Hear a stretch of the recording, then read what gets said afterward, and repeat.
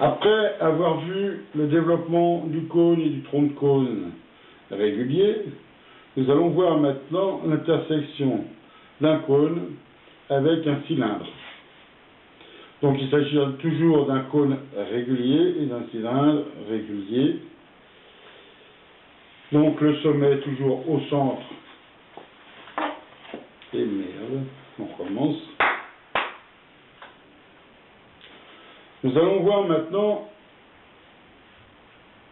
l'intersection d'un cylindre avec un cône régulier. Donc je rappelle, le cône régulier a deux pentes identiques, une base circulaire et le sommet qui arrive au centre de la base circulaire en projection.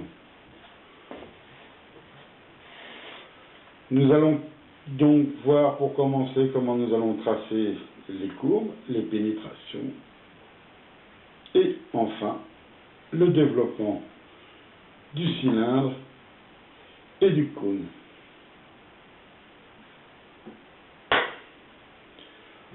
Pour tracer cette intersection entre le cylindre et le cône, je vous parle de découper un plan horizontal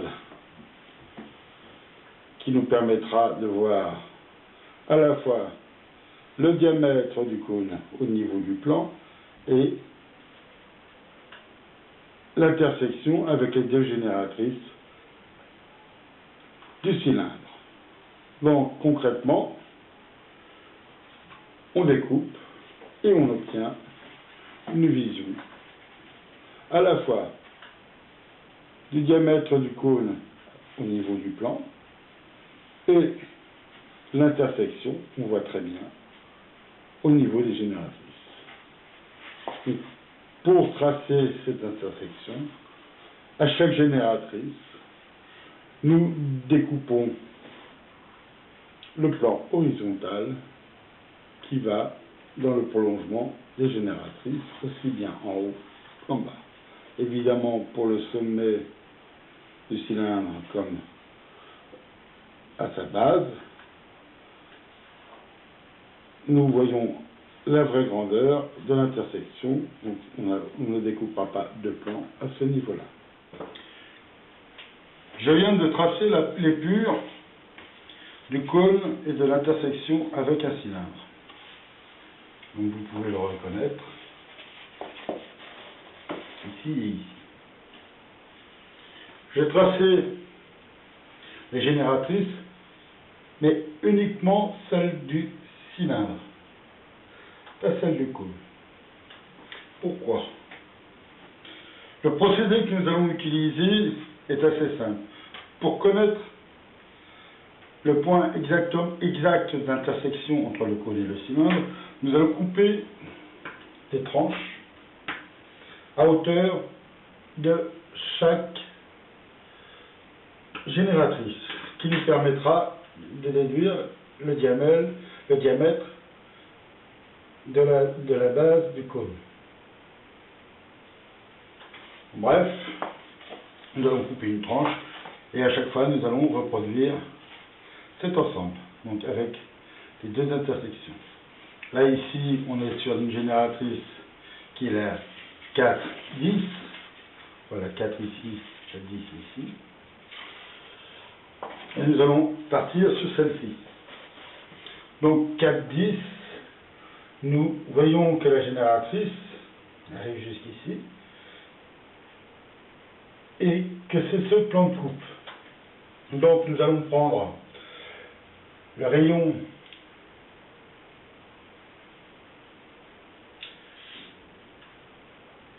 de cette partie du cône et nous pouvons la tracer. Vous voyez bien, on a le 4, le 10 ici, le 4 ici, on a une intersection ici et ici. Alors je conseille toujours dans ces cas-là, surtout pour ce type de développement, de bien repérer au fur et à mesure toutes les intersections.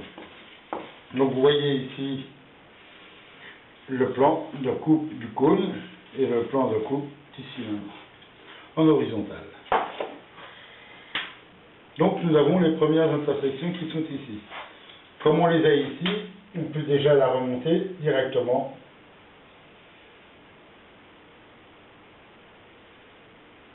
sur la vue de face, comme ceci. Donc nous sommes sur la génératrice 410. Nous savons que sur la vue de face, on est ici. Il suffit donc maintenant, pour chaque génératrice, de prendre le diamètre, le rayon de chaque plan de coupe pour avoir les points de pénétration pour le cône et pour le cylindre.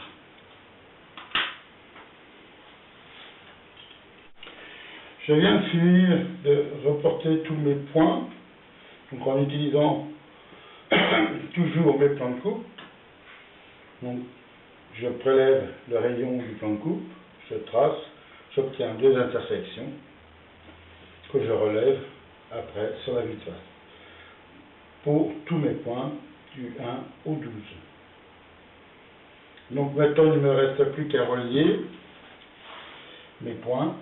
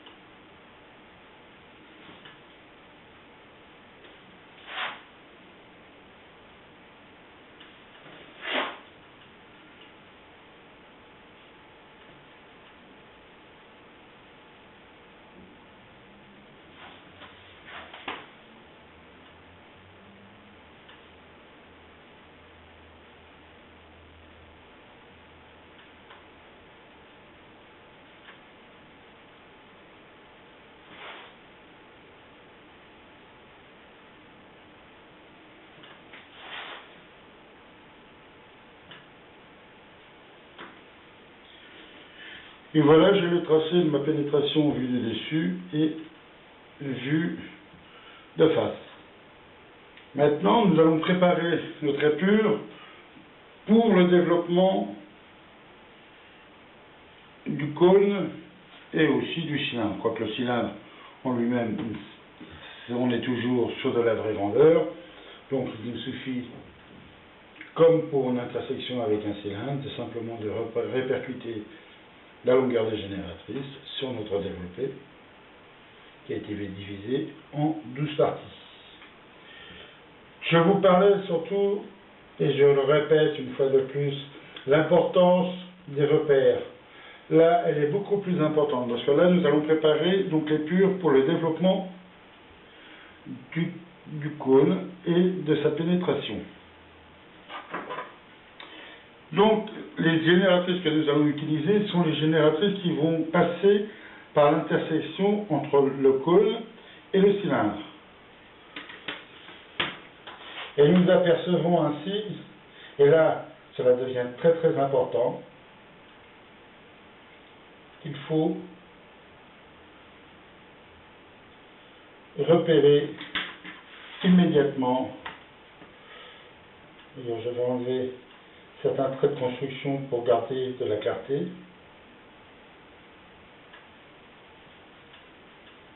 Voilà. Donc là, j'ai le 8.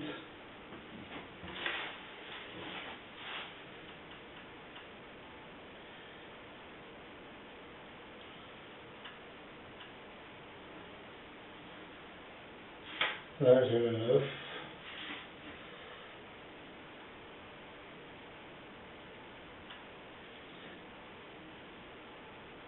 Là, j'ai le 10. Alors, donc, faire bien les choses dans l'ordre et bien noter. Là, j'ai le 11. Et c'est là où nous avons une petite chose qui change. Nous avons le 12 ici. Bien faire attention où sont chaque génératrice et les repérer systématiquement après chaque traçage de génératrice. Donc là on a le 6.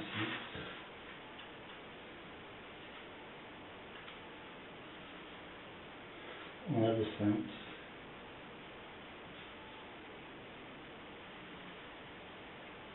On a le 4.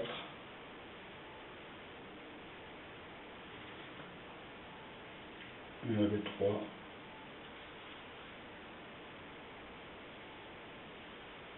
Ici, nous avons le 2. Vous voyez que les ordres ne sont pas véritablement respectés dans ce cas-ci. D'où l'importance, je le répète, de bien noter ces génératrices et de bien les repérer. Puisqu'il va être indispensable de pouvoir avoir la bonne génératrice et la bonne distance. Voilà. J'ai préparé donc les purs pour le développement du cône, du moins en partie, puisque là on va s'intéresser uniquement à la pénétration du cylindre et le développement du cylindre. Donc j'ai laissé cette partie vierge pour montrer comment nous allons répartir ces génératrices ici sur notre développé. Donc la technique est assez simple. On va utiliser notre compas et commencer par reporter les écartements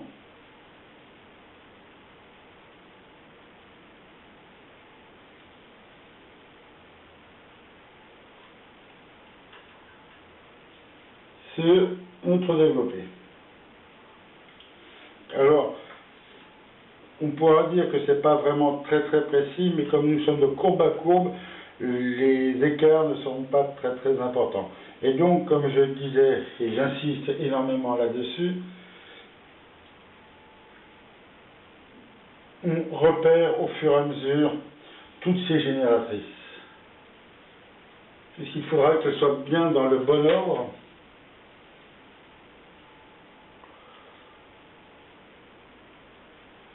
Pour le développer. Et ça va rester vrai tout le long du développé. Donc là, nous avons fait 9 et 5. Donc,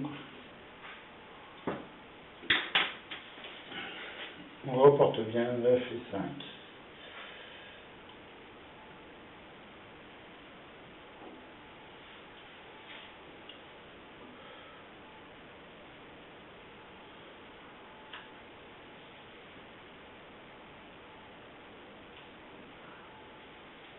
Là, on fait attention, on est bien sur la génératrice 12.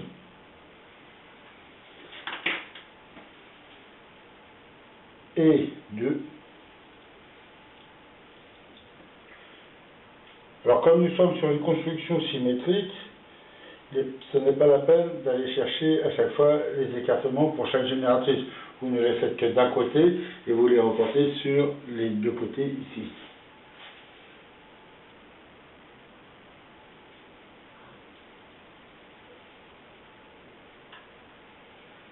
Après, on s'aperçoit qu'on fait une petite erreur de marquage. Tout de suite, on la modifie. On était bien sur le 2. Là, nous sommes sur le 4. Et là, nous sommes sur le 10.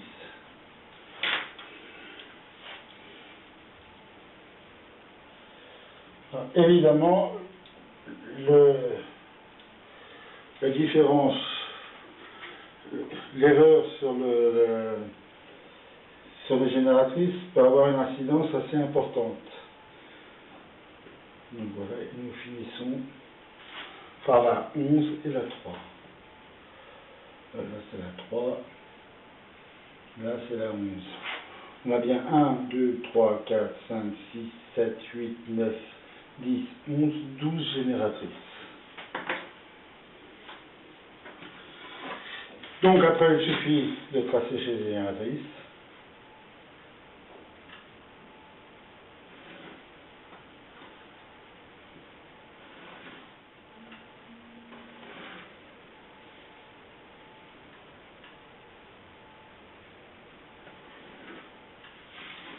Voilà.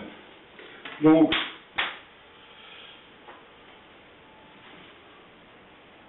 maintenant, il va falloir prendre la longueur de chaque génératrice. Vous remarquerez que sur la vue de face, je n'ai pas tracé les génératrices. Pour quelle raison? Simplement que chaque génératrice qui serait tracée à part celle-ci, là où passe la 1 et la 7, elles seront toutes dans des fausses grandeurs par rapport à celle-ci qui est une vraie grandeur. Par contre, j'ai été très généreux sur, vous voyez, sur mes tracés, ce qui m'a permis de prendre les rayons et en même temps de faire une projection de chaque longueur de génératrice sur une vraie longueur. Donc à partir de ce moment-là, il ne reste plus qu'une seule chose. On répercute ici le nom des génératrices. 3, 11, 4, 10, 5, 9, 6, 8 et 7 ici. Et 1 tout en haut. Et donc, il nous suffit pour cela de simplement reprendre les longueurs.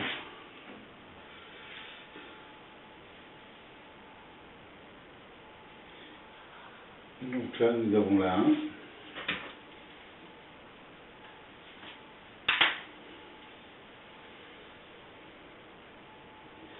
Là, nous avons la de 12.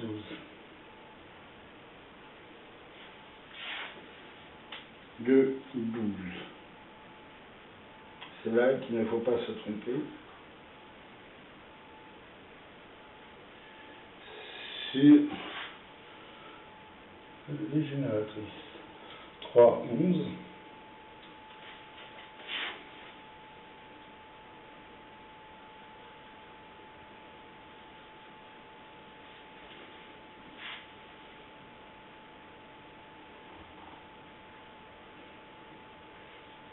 Quatre,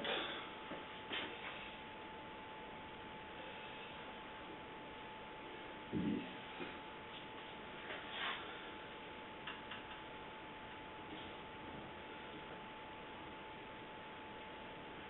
5, 9,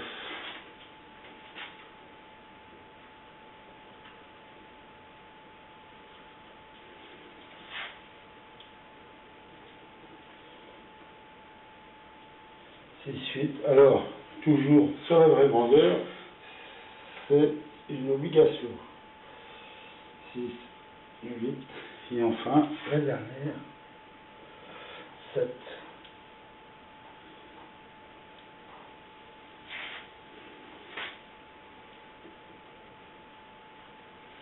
Il ne nous reste plus qu'à relier les points entre eux.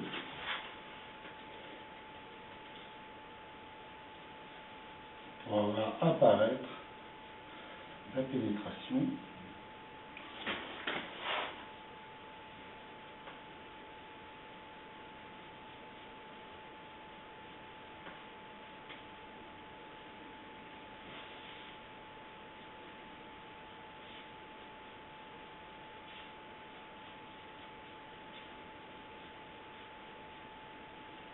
Voilà, donc nous avons la pénétration. Donc maintenant, pour le tube, là nous sommes sur des choses beaucoup plus classiques, que vous connaissez parfaitement.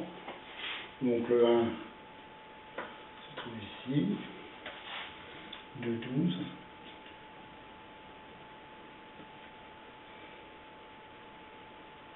Évidemment, là on s'arrête sur les intersections.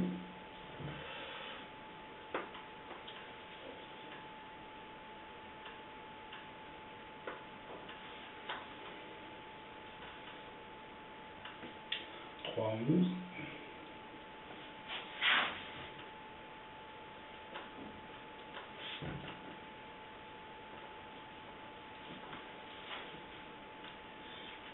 Quatre, 10.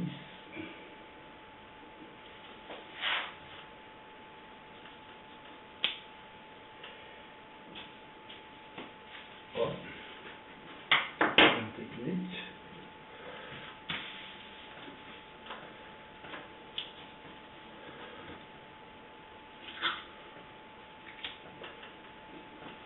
Donc j'étais sur 4-10. Voilà.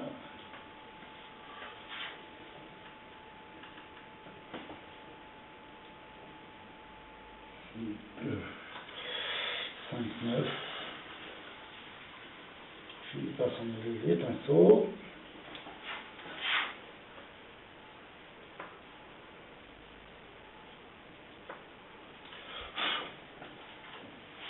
6-8.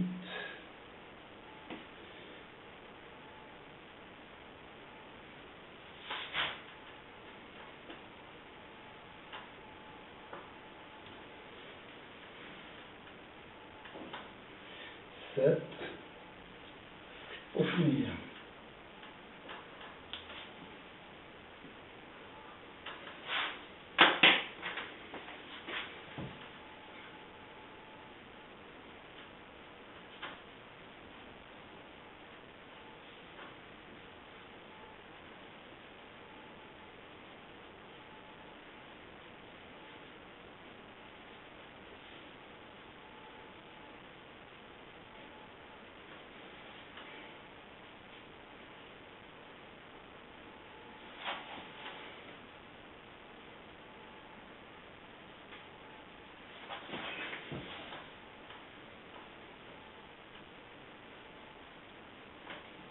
Vous remarquerez que dans le tracé du développé, nous avons une forme en double bosse qu'on retrouve parfaitement ici et que l'on retrouve évidemment ici. Vous voyez, si je le dégage, on voit parfaitement la double bosse, qui est une chose tout à fait normale pour une configuration où nous sommes centrés, puisque le tube peut être là, mais il pourrait être complètement dégagé. La méthode restera la même, les génératrices se déplaceraient, et par curiosité, vous pouvez décaler ce cylindre, et au lieu de l'axer, de vous retrouver sur un désaxage complet, et vous verrez que dans ces cas-là, la chose est un peu plus longue à faire, mais les règles restent exactement la même. Je vous souhaite donc maintenant bon courage et bon traçage, et je vous remercie de votre attention.